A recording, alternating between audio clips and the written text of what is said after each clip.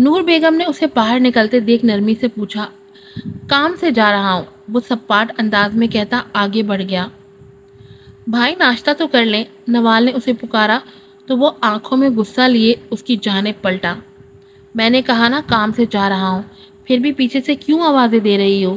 ایک بار کی کہیں بات سمجھ میں نہیں آتی؟ اس نے غصے سے نوال کو جھٹکا تو وہ رونے والی ہو گئی۔ جسلان وہ تو بس تم سے پوچھ رہی ہے، اسے تمہاری فکر ہے اس لیے۔ نور بیگم نے جسلان کا غصہ دیکھتے تھوڑی سختی سے کہا۔ ابھی وہاں ان کے شوہر موجود نہیں تھے، تبھی وہ تھوڑا سختی سے بولی تھی، ورنہ ان کے سامنے تو وہ ان کے بیٹوں کو کچھ کہہ بھی نہیں سکتی تھی۔ اپنی فکر اپنے پاس رکھیں، مجھے نہیں چاہیے، جسلان بے رخی سے کہتا جانے کے لیے مڑا جب نوال کی آنکھوں میں آنسو دیکھتے نور بیگم نے اسے ٹوکا۔ جسلان یہ کیسے بات کر رہے ہو؟ چھوٹی بہن ہے تمہاری۔ چھوٹی بہن، پاپا سے کہتا ہوں جلدی کوئی رشتہ دیکھیں اور اس ذمہ داری سے سبکدوش ہو جائیں۔ جسلان ایک آخری نظر ماں اور روتی ہوئی بہن پہ ڈال کے تیزی سے باہر نکل گیا۔ نوال رو نہیں میرا بچہ، تم تو جانتی ہو اپنے بھائی کو، پھر بھی اس کی بات کا برا منا رہی ہو۔ نور بیگم نے اسے اپنے ساتھ لگایا، جبکہ نوال کا دل ایک بار پھر اپنے بھائی کے رویے پہ ٹوٹ گیا تھا۔ ماما جب سبھی مجھ سے نفرت کرتے ہیں، مجھے ایک ذمہ داری سے زیادہ اور کچھ نہیں سمجھتے، تو پھر مجھے پیدا ہوتے ہی کیوں نہیں مار دیا تھا؟ کیوں روز مجھے اپنے رویوں سے اذیت دیتے ہیں؟ کیا بیٹی ہونا اتنا بڑا گناہ ہے جو یہ سب میرے ساتھ ایسا سلوک کرتے ہیں؟ نوال کرب سے کہتی روتی ہوئی اٹھ کے اپنے کمرے میں بھاگ گئی۔ نور بیگم نے دکھ سے اپنی بیٹی کو دیکھا۔ یا اللہ میری بچی کو صبر دے، اس کے باپ بھائیوں کے دل میں اس کے لیے محبت پیدا کر دے۔ نور بیگم نے نم آنکھوں کو صاف کرتی دعا گو ہوئی۔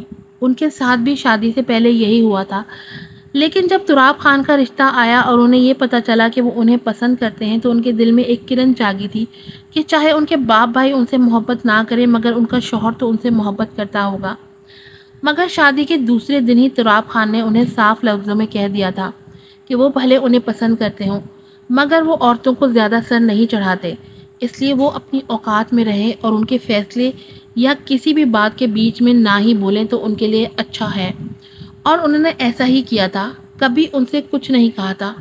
مگر انہوں نے اپنے پہلے بیٹے کا پیدا کیا تو بیٹے کی پیدائش کے بعد تو جیسے تراب خان بالکل بدل سے گئے تھے، اور پھر جب انہیں دوسری بار ماں بننے کی خوشخبری ملی تو جب بھی تراب خان نے ان کا بہت خیال رکھا، ان کا ایک اور وارث آنے والا تھا، وہ بہت خوش تھے۔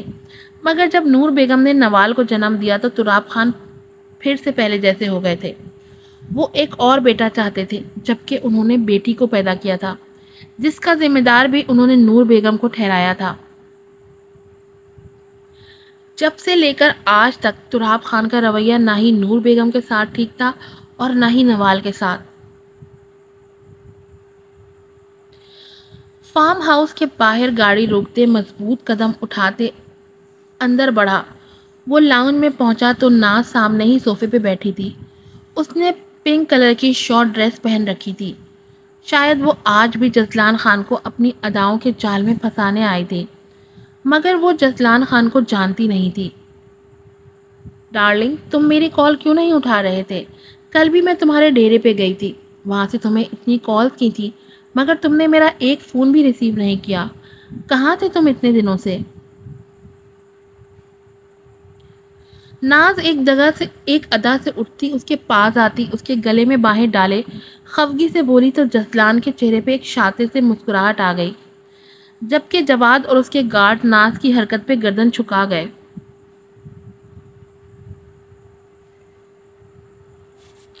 جواد، جسلان نے جواد کو آواز دی جو فوراً اس کی پکار کا مطلب سمجھتے اپنی جیب سے ایک چیک اور پین نکالتے جسلان کے پاس آیا۔ جسلان نے ناز کی باہیں دھیرے سے اپنی گردن سے نکالی اور جواد سے چیک اور پین لیتے چیک پہ سائن کر کے ناز کی جانب بڑھا دیا۔ یہ کیا ہے ڈارلنگ؟ ناز نے نا سمجھی سے چیک کو دیکھا۔ اس نے جب بھی جسلان سے پیسے مانگے تھے تو اس نے ڈائریکٹ اس کے اکاؤنٹ میں پیسے بھیجے تھے، مگر آج یہ چیک دیکھ کر ناز الجھی تھی۔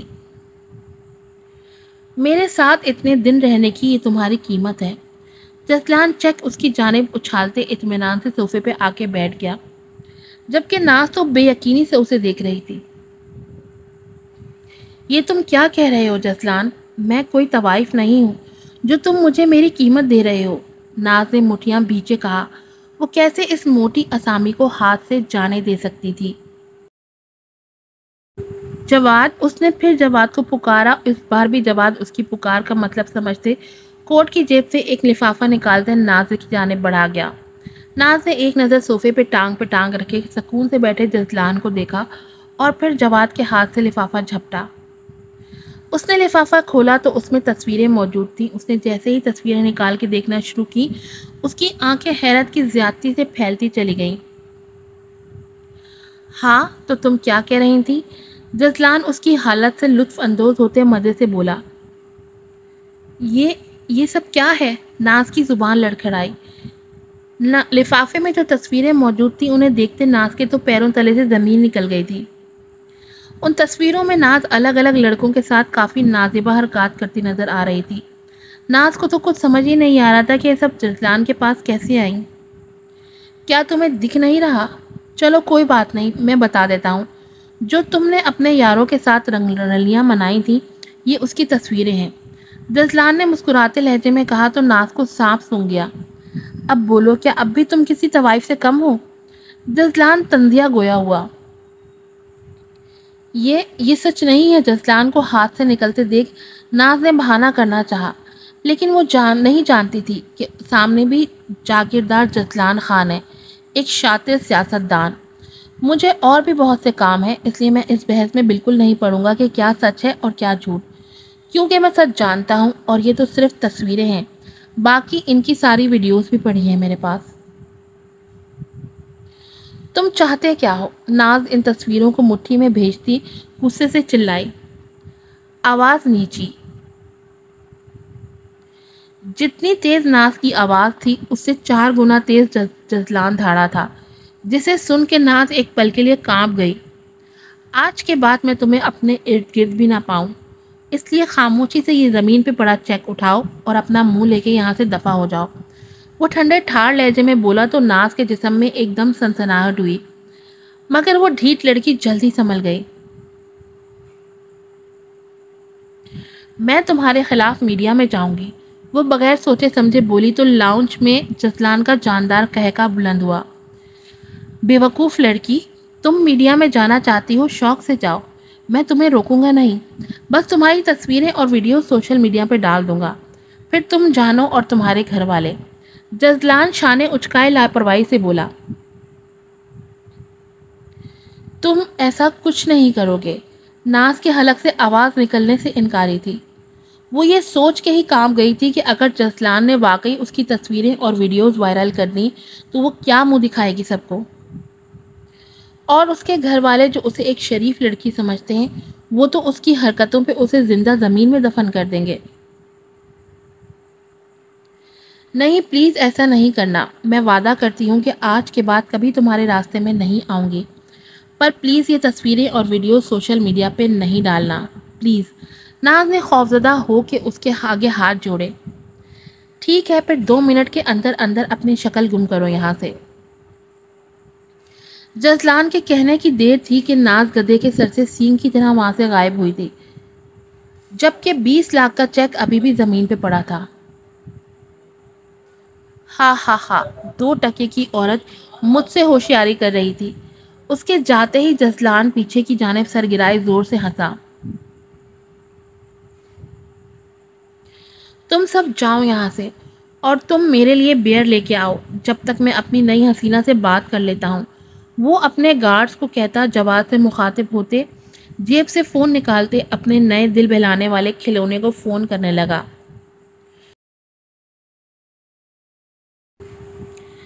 کیونکہ اس کے نزدیک لڑکیاں صرف ایک کھلونا تھی جنہیں صرف یوز کیا جاتا تھا۔ ماما، ہم اپنی ایک دوست کی طرف جا رہے ہیں، کچھ دیر میں واپس آ جائیں گے، آئلہ اپنی ماں سے کہتی باہر نکل گئی۔ اس نے پرپل عبائے کے ساتھ ہم رنگ حجاب کیا ہوا تھا جس سے اس کی صرف سرمئی آنکھیں نظر آ رہی تھی۔ وہ گاڑی میں بیٹھتی ڈرائیور کے ساتھ اپنی دوست کے گھر کے لیے نکل گئی۔ انکل، کسی بیکری پہ روک دیجیے گا۔ وہ کافی دن بعد اپنی دوست کے گھر جا رہی تھی، اس لیے وہ اس کے لیے کچھ لے کے جانا چاہتی تھی۔ ڈرائیور نے اس کے کہے کے مطابق گاڑی ایک بہت بڑی بیکری کے آگے روک دی تھی۔ وہ اپنا پرس لیے ڈرائیور کو 2 منٹ کا کہتے گاڑی سے اتر گئی۔ تھوڑی دیر بعد وہ بیکری سے کیک لے کے باہر نکلی تو تھوڑی ہی آگے ایک پھولوں والے کی دکان تھی۔ وہ پھول لینے کی غرض سے اس دکان کی جانب بڑھی، جب ہی اسے روڈ کے کنارے ایک ضعیف خاتون نظر آئیں جو غالباً روڈ کراس کرنے کی کوشش کر رہی تھی، مگر تیز رفتار میں آتی گاڑیوں کے باعث وہ بے بسی سے وہیں کھڑی ہوئی تھی۔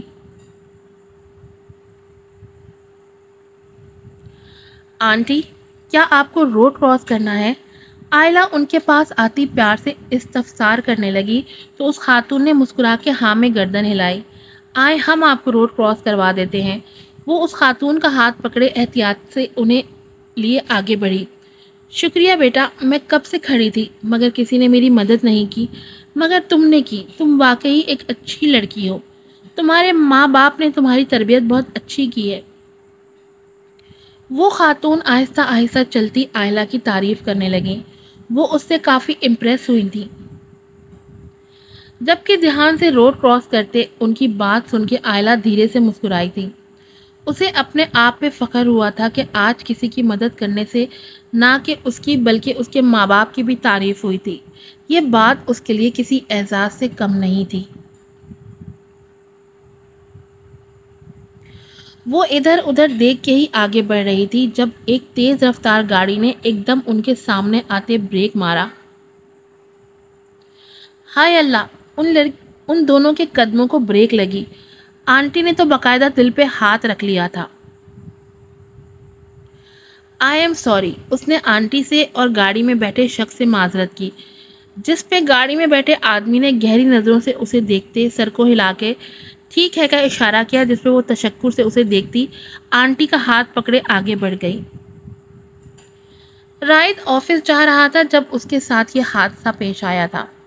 جب اس نے گاڑی کو ایک دم بریک لگائی تھی تب اسے کافی غصہ آیا تھا، لیکن سامنے موجود لڑکی کی نقاب سے جھانکتی سرمئی آنکھوں میں ایک سحر تھا جس کی وجہ سے وہ غصہ بھولے اس کی آنکھوں میں کھو گیا تھا۔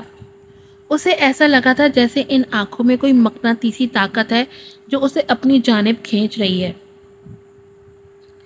ٹریفک روانی سے رواں دواں تھا مگر اسے تو جیسے کوئی فرق ہی نہیں پڑتا تھا۔ وہ بیچ روڈ پہ گاڑی روکے سہولت سے اسے دیکھ رہا تھا۔ آئلہ ان خاتون کو روڈ کے پار چھوڑ کے واپس اپنی گاڑی کے پاس بھی آ گئی تھی، مگر رائد تو جیسے وہیں گم ہو گیا تھا، اور پھر جب تک آئلہ کی گاڑی نظروں سے اوجھل نہ ہوئی وہ ویسے ہی گاڑی روک کے کھڑا رہا۔ آئلہ کی گاڑی جاتے ہی وہ بھی تیزی سے گاڑی آگے بھگا لے گیا، مگر اس گاڑی کے جاتے جاتے وہ ایک چیز نوٹ کرنا نہیں بھولا تھا، اور وہ تھا آئلہ کی گاڑی کا نمبر۔ اس نے بہت سی لڑکیاں دیکھی تھی مگر وہ سرمئی آنکھوں والی لڑکی اسے ان سب سے الگ لگی تھی۔ اس نے صرف اس کی آنکھیں دیکھی تھی مگر اس آنکھوں کو دیکھ کے اسے پتا چل گیا تھا کہ نقاب کے پیچھے ایک حور چھپی ہے، اور اس حور نے 1 منٹ میں اس کے دل کی دنیا میں ہلچل مچا دی تھی۔ آج کی ایپیسوڈ یہیں پر ختم ہوتی ہے۔ امید کرتی ہوں آپ لوگوں کو پسند آئے گی۔ اگر آپ لوگ ہر ایپی پہ اچھا ریسپانس دیں گے تو ایسے ہی جلدی جلدی ایپی آتی رہے گی۔ اب یہ آپ لوگوں کے اوپر ہے، آپ لوگوں کو روز جلدی ایپی چاہیے یا نہیں۔ اگر آپ کو ڈیلی 3 بجے ایپیسوڈ چاہیے تو جلدی بھاگ کر جائیں، چینل کو سبسکرائب کریں، ویڈیو کو لائک کریں، شیئر کریں، اپنے فیملی اور فرینڈس کے گروپ میں شیئر کریں، اور مجھے دعاؤں میں یاد رکھیں۔ پھر ملوں گی آپ سے ایک نئی ایپیسوڈ کے ساتھ۔ السلام علیکم۔